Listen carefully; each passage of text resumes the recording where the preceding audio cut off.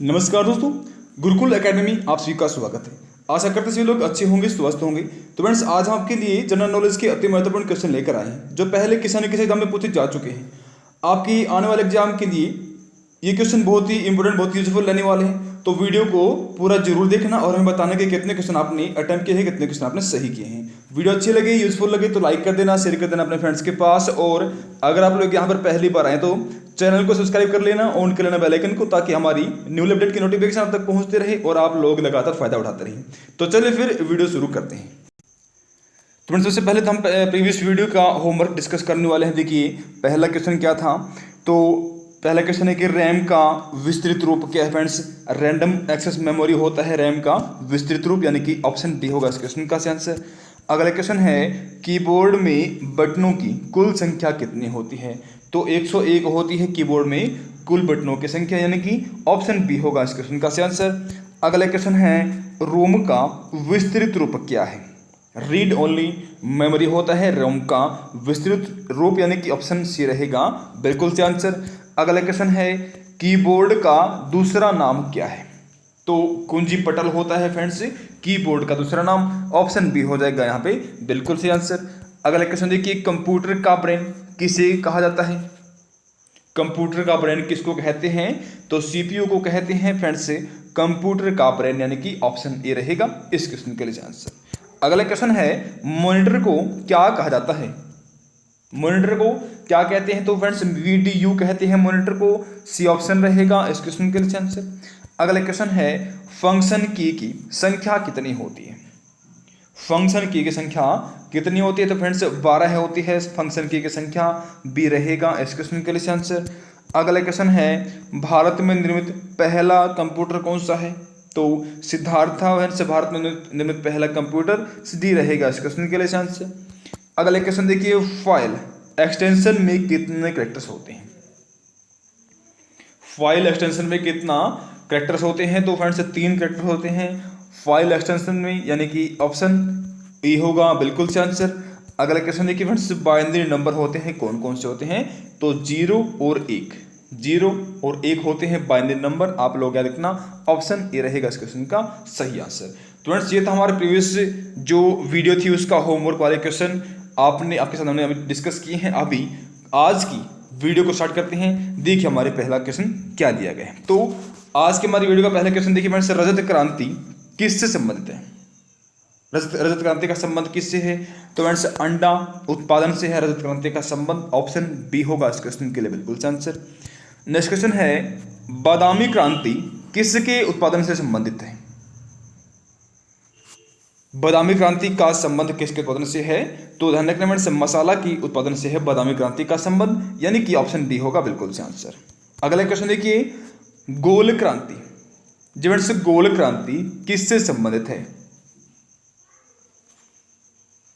गोल क्रांति का संबंध किससे है पूछा गया। तो आलू उत्पादन से है गोल क्रांति का संबंध, सभी लोग याद रखना ऑप्शन ए रहेगा इस क्वेश्चन के लिए बिल्कुल से आंसर। अगला क्वेश्चन है नीली क्रांति किससे संबंधित है। नीली क्रांति का संबंध किससे है। फ्रेंड्स मत्स्य पालन से है नीली क्रांति का संबंध, ऑप्शन सी रहेगा इस क्वेश्चन के लिए बिल्कुल राइट आंसर। अगला क्वेश्चन है कृष्ण क्रांति किससे संबंधित है। कृष्ण क्रांति का संबंध किससे है पूछा गया है। तो फ्रेंड्स याद रखना पेट्रोलियम से है कृष्ण क्रांति का संबंध, ऑप्शन नंबर डी रहेगा इस क्वेश्चन का सही आंसर। अगला क्वेश्चन है ब्राउन क्रांति किससे संबंधित है। भूरी क्रांति का संबंध किससे है। भूरी क्रांति का संबंध पूछा फ्रेंड्स किससे है। तो चमड़ा, गैर परंपरागत कोको उत्पादन, इनसे है, इन सभी से फ्रेंड्स ब्राउन क्रांति का संबंध, ठीक है ना। चमड़ा, गैर परंपरागत कोको उत्पादन आदि से ब्राउन क्रांति का संबंध है, यानी कि ऑप्शन सी होगा इस क्वेश्चन का बिल्कुल आंसर। अगला क्वेश्चन है सुनहरी क्रांति किसके उत्पादन से संबंधित है। सुनहरी क्रांति का संबंध किसके उत्पादन से है। तो फ्रेंड्स फल उत्पादन से है, फल उत्पादन से है सुनहरी क्रांति का संबंध, यानी कि ऑप्शन ए रहेगा इस क्वेश्चन का बिल्कुल आंसर। अगला क्वेश्चन है इनमें से कौन प्रत्यक्ष कर है। इनमें से कौन प्रत्यक्ष कर है। तो फ्रेंड्स भू राजस्व कर है प्रत्यक्ष कर। भू राजस्व एक प्रत्यक्ष कर है, ऑप्शन नंबर ए रहेगा बिल्कुल से आंसर। अगला क्वेश्चन देखिएगा, इनमें से कौन अप्रत्यक्ष कर है? इनमें से कौन अप्रत्यक्ष कर है? तो बिक्री कर है फ्रेंड्स, अप्रत्यक्ष कर। बिक्री कर अप्रत्यक्ष कर है, डी रहेगा इस क्वेश्चन के लिए आंसर। अगला क्वेश्चन है, केंद्र सरकार की आय का सबसे बड़ा स्रोत कौन है? केंद्र सरकार की आय का सबसे बड़ा स्रोत कौन सा है? तो निगम कर है फ्रेंड्स, निगम कर केंद्र सरकार की आय का सबसे बड़ा स्रोत है। ऑप्शन नंबर बी रहेगा इस क्वेश्चन के लिए बिल्कुल से आंसर। अगला क्वेश्चन है, भारत में मुद्रास्फीति की माप किसके द्वारा की जाती है? भारत में मुद्रास्फीति की माप किसके द्वारा करते हैं? थोक मूल्य सूचकांक के द्वारा करते हैं। भारत में मुद्रास्फीति की जांच माप, यानी कि ऑप्शन नंबर ए रहेगा बिल्कुल से आंसर। अगला क्वेश्चन है, मुद्रास्फीति से हानि किसको होती है? मुद्रास्फीति से हानि किसको होती है? तो बस ध्यान रखना, देनदार को होती है हानि, ठीक है ना। हानि होती है देनदार को और लाभ होता है लेनदार को, ठीक है ना। मुद्रास्फीति से हानि देनदार को होता है और लाभ होता है फ्रेंड्स लेनदार को। आप लोग ध्यान रखना, ऑप्शन नंबर ए रहेगा इस क्वेश्चन का आंसर। अगला क्वेश्चन है, मुद्रास्फीति से लाभ किसको होता है? तो ऋणी को होता है फ्रेंड्स, यानी कि लेनदार को, ठीक है ना। लाभ किसको होता है? ऋणी को, लेकिन लेनदार को लाभ होता है मुद्रास्फीति से। ऑप्शन नंबर बी होगा इस क्वेश्चन के लिए आंसर। अगला क्वेश्चन है, प्लास्टिक मनी किसे कहा जाता है? प्लास्टिक मनी किसको कहते हैं? ध्यान रखना, क्रेडिट कार्ड को कहते हैं प्लास्टिक मनी, ठीक है ना। क्रेडिट कार्ड को कहते हैं प्लास्टिक मनी, ए रहेगा इस क्वेश्चन के लिए आंसर। अगला क्वेश्चन देखिएगा, भारत में विदेशी मुद्रा का सर्वाधिक व्यय किस पर होता है? विदेशी मुद्रा का सबसे अधिक व्यय किस पे होता है?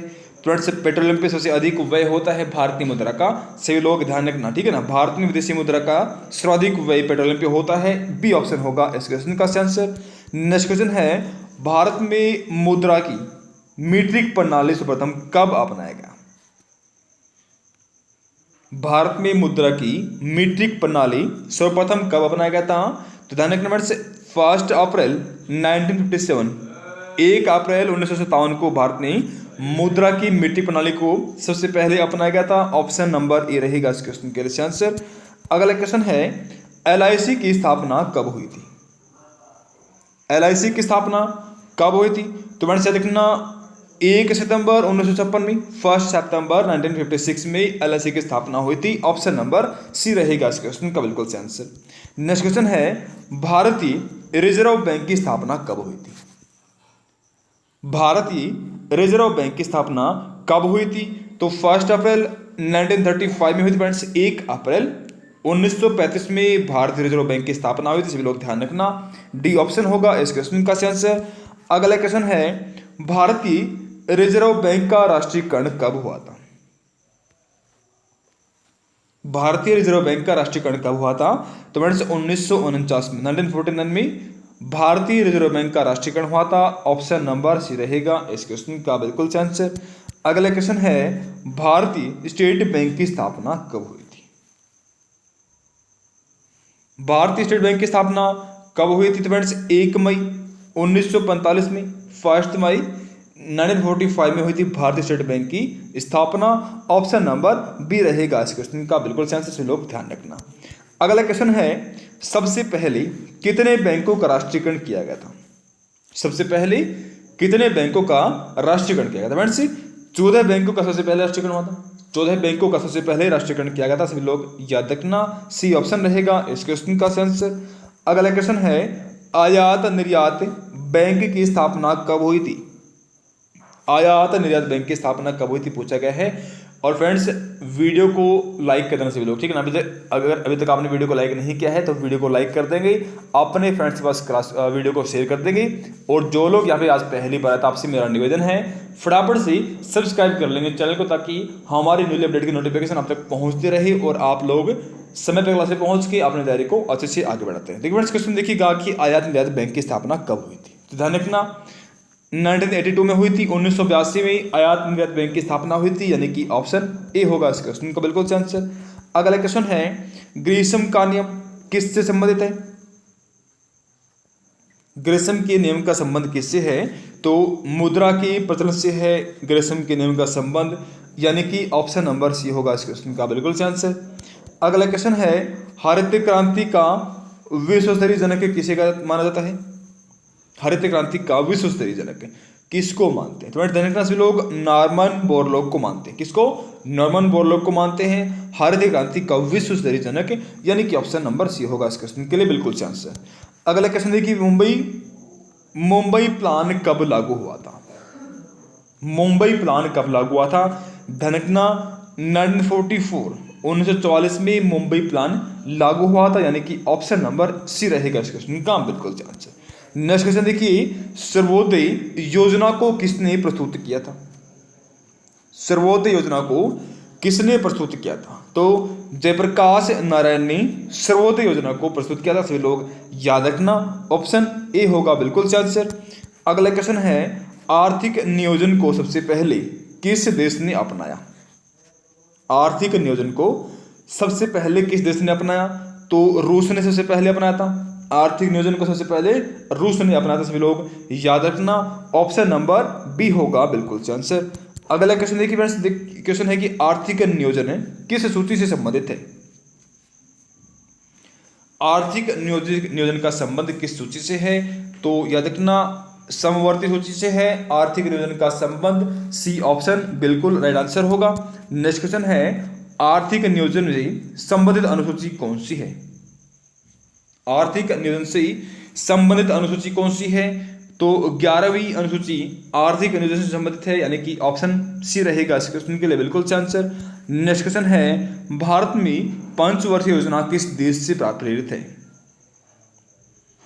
भारत में पंचवर्षीय योजना किस देश से प्रेरित है? तो रूस देश से प्रेरित है भारत में पंचवर्षीय योजना। सभी लोग याद रखना, ध्यान रखना, ऑप्शन नंबर डी रहेगा इस क्वेश्चन का सही आंसर। अगला क्वेश्चन है, प्रथम पंचवर्षीय योजना किस पर आधारित है? पहली पंचवर्षीय योजना किस पर आधारित है?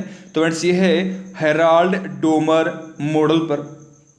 पहली पंचवर्षीय योजना हेराल्ड डोमर मॉडल पर आधारित है, यानी कि ऑप्शन सी होगा बिल्कुल राइट आंसर। अगला क्वेश्चन है, प्रथम पंचवर्षीय योजना में किसको प्राथमिकता दिया गया था?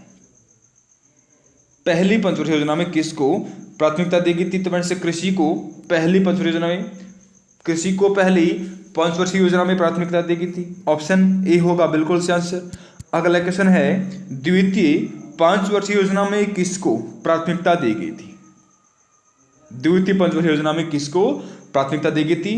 तो भारी उद्योग को द्वितीय पंचवर्षीय योजना में प्राथमिकता दी गई थी। आप लोग याद रखना, बी ऑप्शन होगा बिल्कुल सही आंसर। अगला क्वेश्चन है, दूसरी पंचवर्षीय योजना में इस्पात कारखानों की स्थापना की गई थी। कहां पर की गई थी? दूसरी पंचवर्षीय योजना में इस्पात कारखानों की स्थापना की गई, कहां पर की गई थी? तो राउरकेला, भिलाई और दुर्गापुर, यानी कि इन तीनों जगह पे दूसरी पंचवर्षीय योजना में इस्पात कारखानों की स्थापना की गई थी। आप लोग याद रखना, राउरकेला, भिलाई और दुर्गापुर, इन तीनों जगह पर दूसरी पंचवर्षीय योजना में इस्पात कारखानों की स्थापना की गई थी, यानी कि ऑप्शन नंबर डी रहेगा बिल्कुल सही आंसर। अगला क्वेश्चन है, अब तक की सबसे असफल योजना कौन सी है? अब तक की सबसे असफल योजना कौन सी है? तो तीसरी पंचवर्षीय योजना अब तक सबसे असफल योजना है। आप लोग याद रखना, ऑप्शन नंबर बी होगा बिल्कुल राइट आंसर। अगला क्वेश्चन है, 3 वार्षिक योजनाओं का काल क्या था? 3 वार्षिक योजनाओं का काल क्या था? तो ध्यान रखना, 1966 से 1969 था 3 वार्षिक योजनाओं का कार्यकाल, यानी कि ऑप्शन नंबर बी रहेगा बिल्कुल राइट आंसर। अगला क्वेश्चन है, चतुर्थ योजना का मुख्य उद्देश्य क्या था? चतुर्थ योजना का मुख्य उद्देश्य क्या था पूछा गया है, तो बताना। स्थिरता के साथ विकास, चतुर्थ योजना का मुख्य उद्देश्य स्थिरता के साथ विकास था, यानी कि ऑप्शन नंबर बी रहेगा इस क्वेश्चन का आंसर। अगला क्वेश्चन है, पांचवी पंचवर्षीय योजना का मुख्य उद्देश्य क्या था? पांचवी पंचवर्षीय योजना का मुख्य उद्देश्य क्या था? तो यह था गरीबी उन्मूलन। पांचवी पंचवर्षीय योजना का मुख्य उद्देश्य गरीबी उन्मूलन था, यानी कि ऑप्शन ए रहेगा बिल्कुल सही आंसर। अगला क्वेश्चन देखिए, गरीबी हटाओ का नारा किस योजना में दिया गया था? गरीबी हटाओ का नारा किस योजना में दिया गया था? तो ध्यान रखना फ्रेंड्स से पांचवी पंचवर्षीय योजना में गरीबी हटाओ का नारा दिया गया था। ऑप्शन नंबर सी रहेगा इस क्वेश्चन के लिए आंसर। अगला क्वेश्चन है अनवर्त योजना का काल क्या था? अनवर्त योजना का काल क्या था पूछा गया है। तो और फ्रेंड्स अगर अभी तक आपने वीडियो को लाइक नहीं किया है तो जल्दी से वीडियो को लाइक कर देंगे। आपसे मेरा निवेदन है वीडियो को लाइक कर देंगे, फटाफट से वीडियो को शेयर कर दें अपने दोस्तों के पास। और जो लोग यहाँ पे आज पहली बार है तो आपसे मेरा निवेदन है फटाफट से सब्सक्राइब कर लेंगे चैनल को और ऑन कर लें बेल आइकन को, ताकि जब भी हम कोई क्लास या न्यू अपडेट लेके आएँ तो आपके पास नोटिफिकेशन पहुँचेगा, जिसके माध्यम से आप लोग समय पे क्लास में पहुँच गई या फिर वीडियो को समय पे आप लोग विजिट करके देख के अपनी तैयारी को अच्छे से आगे बढ़ा सके। तो फटाफट से सब्सक्राइब कर लेंगे चैनल को जो लोग आज क्लास में पहली बार हैं, जो लोग यहाँ पर आज पहली बार हैं। देखिए फ्रेंड्स क्वेश्चन है कि अनवर्त योजना का काल क्या था? तो ध्यान रखना सिर्फ अनवर्त योजना का काल 1978 से 1980 था। 1978 से 1980 अनवर्त योजना का काल था, यानी कि ऑप्शन डी होगा इस क्वेश्चन के लिए आंसर। अगला क्वेश्चन है नाबार्ड की स्थापना किस योजना के काल में हुई थी? नाबार्ड की स्थापना किस योजना के काल में हुई थी? तो ध्यान रखना छठी योजना के काल में हुई थी नाबार्ड की स्थापना, बी ऑप्शन होगा इस क्वेश्चन का आंसर। अगला क्वेश्चन है राष्ट्रीय ग्रामीण रोजगार योजना किस योजना के काल में प्रारंभ की गई थी? राष्ट्रीय ग्रामीण रोजगार योजना किस योजना काल में प्रारंभ की गई थी? तो छठी योजना में राष्ट्रीय ग्रामीण रोजगार योजना शुरुआत छठी योजना में की गई थी, यानी कि ऑप्शन ए होगा इस क्वेश्चन के लिए बिल्कुल से आंसर। अगला क्वेश्चन है इंदिरा आवास योजना किस पंचवर्षीय योजना के काल में शुरू हुआ था? इंदिरा आवास योजना किस पंचवर्षीय योजना काल में शुरू हुआ था? तो ये हुआ था 7वीं पंचवर्षीय योजना में इंदिरा आवास योजना, यानी कि ऑप्शन सी रहेगा इस क्वेश्चन के लिए आंसर। अगला क्वेश्चन है 8वीं पंचवर्षीय योजना की रूपरेखा किसने तैयार की थी? 8वीं पंचवर्षीय योजना की रूपरेखा किसने तैयार की थी? तो प्रणब मुखर्जी ने 8वीं पंचवर्षीय योजना की रूपरेखा तैयार की थी। ऑप्शन नंबर ए रहेगा इस क्वेश्चन के लिए बिल्कुल राइट आंसर। अगला क्वेश्चन है अब तक की सबसे सफल पंचवर्षीय योजना कौन सी है? अब तक की सबसे सफल पंचवर्षीय योजना पूछा कौन सी है? तो 8वीं पंचवर्षीय योजना सबसे सफल पंचवर्षीय योजना है। आप लोग ध्यान रखना ऑप्शन नंबर सी रहेगा इस क्वेश्चन का आंसर। और फ्रेंड्स असफल योजना अगर पूछा जाए तो तीसरी योजना अब तक की सबसे असफल योजना है, और सफल योजना पूछा गया तो 8वीं पंचवर्षीय योजना सबसे सफल योजना है। ऑप्शन नंबर सी रहेगा इस क्वेश्चन के लिए आंसर। अगला क्वेश्चन है प्रधानमंत्री रोजगार योजना किस काल में शुरू की गई? प्रधानमंत्री रोजगार योजना किस काल में शुरू की गई थी? तो 8वीं पंचवर्षीय योजना में प्रधानमंत्री रोजगार योजना शुरू की गई थी। आप लोग याद रखना डी रहेगा इस क्वेश्चन के लिए बिल्कुल से आंसर। अगला क्वेश्चन है आर्थिक नियोजन किस सूची का विषय है? आर्थिक नियोजन किस सूची का विषय है? तो समवर्ती सूची का विषय है फ्रेंड्स आर्थिक नियोजन। आप लोग याद रखना ऑप्शन नंबर सी रहेगा बिल्कुल राइट आंसर। अगला क्वेश्चन है 11वीं योजना का मुख्य उद्देश्य क्या था? 11वीं योजना का मुख्य उद्देश्य क्या था? तो आर्थिक संवर्धित दर को बढ़ाना 11वीं योजना का मुख्य उद्देश्य था। ऑप्शन नंबर डी होगा इस क्वेश्चन के लिए बिल्कुल राइट आंसर। अगला क्वेश्चन है 12वीं पंचवर्षीय योजना का काल क्या है? 12वीं पंचवर्षीय योजना का काल क्या था? तो ध्यान रखना 2012 से 2017 12वीं पंचवर्षीय योजना का काल था, यानी कि ऑप्शन नंबर सी रहेगा इस क्वेश्चन के लिए बिल्कुल से आंसर। अगला क्वेश्चन है अंत्योदय योजना कब प्रारंभ की गई? अंत्योदय योजना कब प्रारंभ की गई थी? तो ध्यान रखना 25 दिसंबर 2000 में 25 दिसंबर 2000 में अंत्योदय योजना प्रारंभ की गई थी। ऑप्शन नंबर डी होगा इस क्वेश्चन का बिल्कुल से आंसर। तो फ्रेंड्स ये थे हमारे आज की वीडियो की क्वेश्चन दो के भी कंप्लीट हो चुके हैं।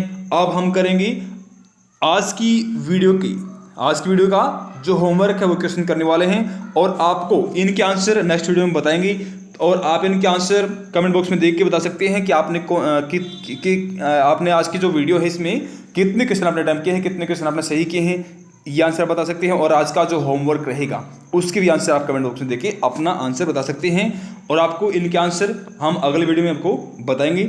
देखिए आज का होमवर्क का पहला क्वेश्चन देखिए क्या है कि भारत में हरित क्रांति के जन्मदाता किसको माना जाता है।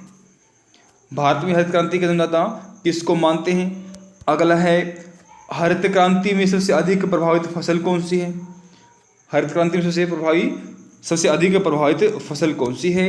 अगला क्वेश्चन है हरित क्रांति के समय भारत का कृषि मंत्री कौन था। हरित क्रांति के समय भारत का कृषि मंत्री कौन था। अगला क्वेश्चन है हरित क्रांति का जनक किसे माना जाता है। हरित क्रांति का जनक देश किसको मानते हैं, ठीक है ना, देश किसको मानते हैं पूछा गया, ध्यान रखना। अगला क्वेश्चन देखिए सर्वप्रथम हरित क्रांति किस राज्य में आई थी। सबसे पहले हरित क्रांति किस राज्य में आई थी, ठीक है।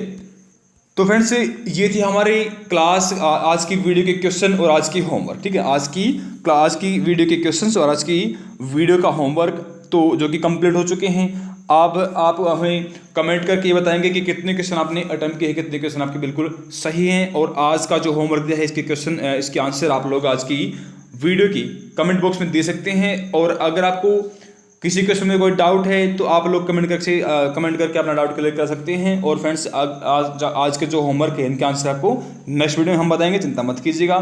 तो फ्रेंड्स आज की हमारी इस वीडियो के लिए सिर्फ इतना ही। मिलते हैं अगली वीडियो में, तब तक के लिए गुड बाय, जय हिंद, जय भारत, वंदे मातरम।